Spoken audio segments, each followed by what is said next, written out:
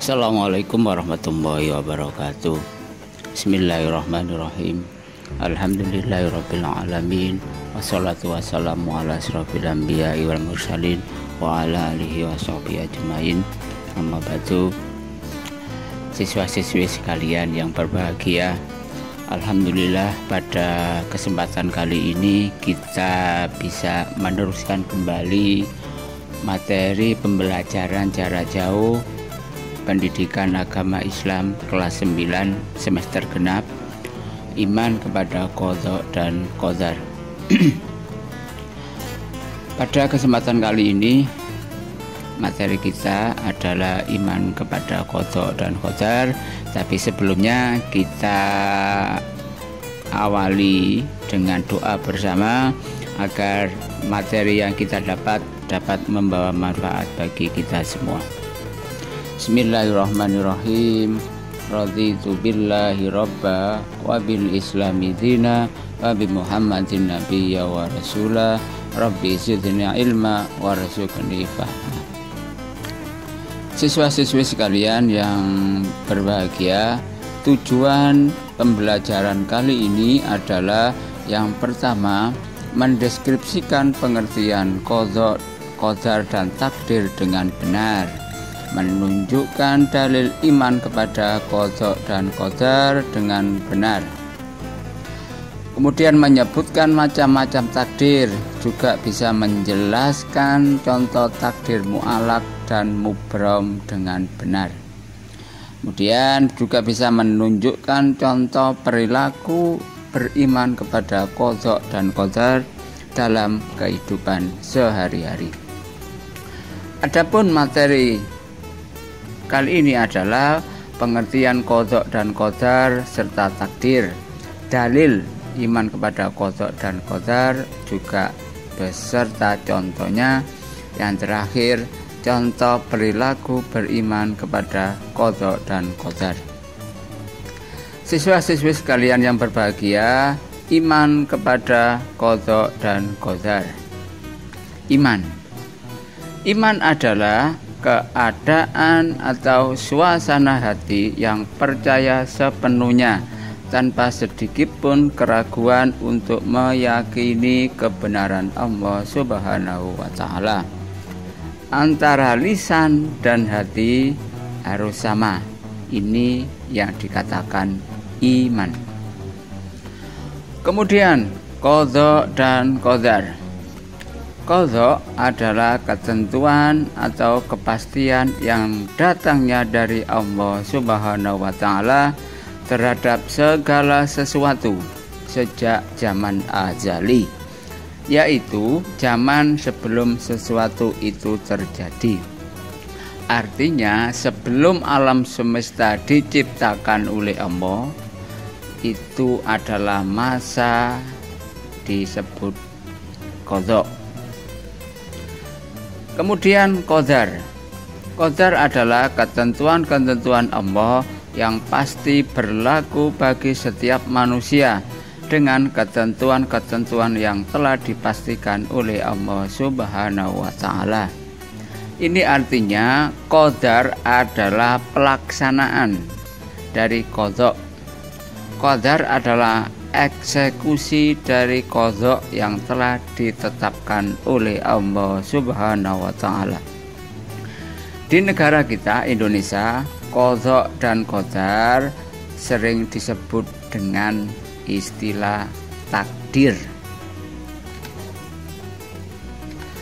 Selanjutnya, dalil tentang adanya qadha dan qadar. Yang pertama, Quran surat Ar-Ra'd ayat 8. Bismillahirrahmanirrahim. Allahu ya'lamu ma tahmilu kullu unsa wa ma taghidul arhamu wa ma tazdad wa kullu syai'in 'indahu bimiqdar. Yang artinya Allah mengetahui apa yang dikandung oleh setiap perempuan dan kandungan rahim yang kurang sempurna dan yang bertambah, dan segala sesuatu pada sisinya sudah ada ukurannya. Ini menunjukkan tentang iman kepada qadha dan qadar. Segala sesuatu itu sudah diatur oleh Allah, sudah ditetapkan oleh Allah Subhanahu wa ta'ala. Dalil yang kedua, surat Al-Furqan ayat 2. Bismillahirrahmanirrahim. Alladzi lahu mulku samawati wal ardh wa lam yattakhidh waladahu wa lam yakul lahu syarikun fil mulk wa khalaqa kulla syai'in faqaddarahu taqdira. Ini juga dalil tentang adanya qadha dan qadar. Siswa-siswi sekalian yang berbahagia, yang selanjutnya tadi kita sampaikan bahwa qadha dan qadar juga bisa disebut dengan takdir. Lalu macam-macam takdir. Takdir ada dua macam. Yang pertama takdir mu'alaq, yang kedua takdir mubram. Takdir mu'alaq secara bahasa, mu'alaq artinya adalah sesuatu yang ditunda, yaitu ketentuan Allah yang masih bisa dirubah melalui usaha, doa, dan tawakal. Sudah ada di Al-Quran dalil tentang takdir mu'alaq. Contoh dari takdir mu'alaq ini adalah kekayaan, kepandaian, kecerdasan, pangkat, dan derajat. Semua itu masih bisa dirubah. Miskin jadi kaya atau kaya jadi miskin, bodoh jadi pandai atau pandai jadi bodoh, dan lain sebagainya. Untuk lebih jelasnya kita simak contoh takdir mu'alaq dari orang yang tidak punya apa-apa akhirnya menjadi punya apa-apa, bahkan menjadi orang yang terkaya sedunia. Mari kita simak cuplikannya. Larry Page. Larry Page adalah salah satu pendiri dari perusahaan Google. Dia juga merupakan salah satu orang terkaya di dunia. Kekayaannya mencapai 60,7 miliar dolar Amerika Serikat atau setara dengan 863,9 triliun rupiah untuk kurs saat ini. Dalam membangun Google, Larry Page memulai semuanya dari nol bersama temannya, yaitu Sergey Brin. Larry Page dan juga Sergey Brin dulunya membangun Google berawal dari garasi sebagai kantor pertamanya.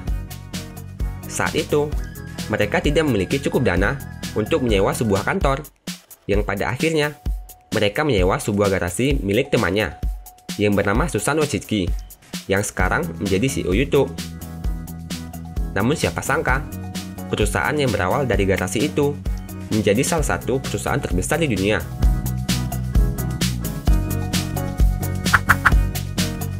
Jeff Bezos. Jeff Bezos adalah pemilik dari perusahaan perdagangan online terbesar di dunia, yaitu Amazon. Jeff Bezos juga merupakan orang terkaya nomor 1 di dunia untuk saat ini. Kekayaannya mencapai 116 miliar dolar Amerika Serikat atau setara dengan 1.650,4 triliun rupiah untuk kurs saat ini. Tapi sebelum menjadi orang terkaya di dunia, Jeff Bezos dulunya juga mengalami hal sulit loh. Dia juga sempat bekerja menjadi juru masak di McDonald's. Namun siapa sangka, kalau pengalamannya bekerja menjadi juru masak memberinya banyak pengalaman. Salah satunya yaitu cara melayani pelanggan dengan baik, yang sampai saat ini menjadi prinsip utama dari perusahaannya, yaitu Amazon. Jeff Bezos banyak belajar di sana, walaupun dari hal kecil. Dan sekarang, dia bahkan sudah menjadi orang terkaya di dunia, yang dulunya pernah bekerja sebagai juru masak. Nah, itu tadi contoh takdir mu'alaq ya, dari orang yang tidak punya apa-apa menjadi orang yang sangat terkaya sedunia. Kemudian takdir mubram. Takdir mubram Ini adalah ketentuan dan keputusan Allah yang pasti berlaku atas diri manusia dan tidak bisa ditawar lagi, tidak bisa diotak-atik, tidak bisa dirubah dan lain sebagainya. Dalam surat Al-Fussilat, ayat 47 sudah disebutkan contoh-contoh takdir mubrom. Di antaranya adalah hari kiamat, mati dan lahirnya seseorang, jenis kelamin, dan lain sebagainya. Contoh ini, kiamat ini tidak bisa ditunda. Lahirnya manusia kalau sudah waktunya pasti akan lahir. Begitu juga dengan matinya seseorang, tidak bisa diotak-atik, tidak bisa dirubah. Ini adalah contoh takdir mubrom. Begitu pula jenis kelamin, tidak boleh dirubah. Kalau ada orang yang merubah jenis kelamin, atau istilah sekarang adalah transgender, itu adalah menyalahi kudratnya Allah Subhanahu wa Ta'ala, dan pastinya neraka akan siap menanti orang yang transgender. Kemudian yang selanjutnya, hikmah beriman kepada qadha dan qadar. Dari sekian materi yang telah kita sampaikan, ada beberapa hikmah iman kepada qadha dan qadar. Yang pertama, mendekatkan diri kepada Allah Subhanahu wa Ta'ala, kemudian mendidik manusia agar selalu berikhtiar, agar selalu sabar dan tawakal.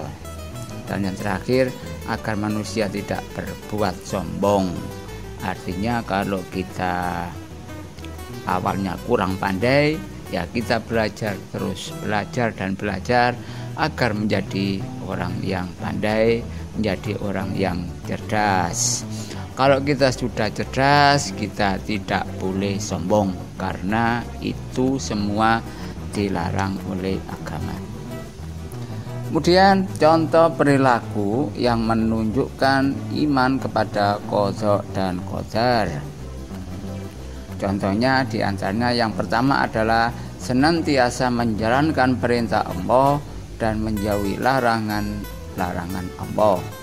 Kemudian yang selanjutnya, senantiasa bekerja dan berusaha dengan semaksimal mungkin. Berarti kalau kita mengimani iman kepada qadha dan qadar, kalau ada azan kita segera sholat, kalau datang bulan Ramadan kita berpuasa, kalau uang kita banyak ya kita naik gaji. Kemudian senantiasa bertawakal kepada Allah. Apapun yang kita kerjakan, ikhtiar apapun, akhirnya kita serahkan kepada Allah, hasilnya kita serahkan kepada Allah. Apapun hasilnya kita serahkan kepada Allah Subhanahu wa Ta'ala. Kemudian senantiasa bersabar dan tabah dalam menghadapi ujian, termasuk pada masa-masa hari ini seluruh dunia kita mengalami pandemi COVID-19.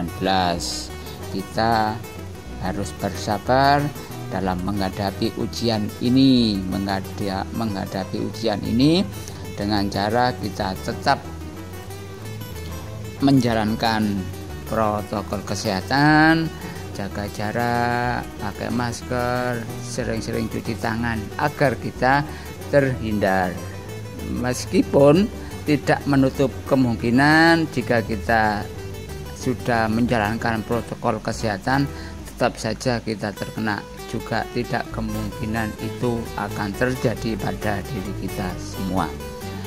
Dan mudah-mudahan materi kita, materi iman kepada qadha dan qadar, dapat membawa manfaat bagi kita semua, dan mudah-mudahan bencana internasional COVID-19 segera selesai, segera tuntas, dan kita bisa melaksanakan aktivitas dengan biasanya. Kemudian terakhir penutup, marilah kita akhiri pembelajaran ini dengan doa agar ilmu yang kita dapatkan tadi dapat membawa manfaat bagi kita semua. Bismillahirrahmanirrahim. Subhanakallah bihamdi asyhadu an la ilaha illa anta astaghfiruka wa atubu ilaik. Dari saya, assalamualaikum warahmatullahi wabarakatuh.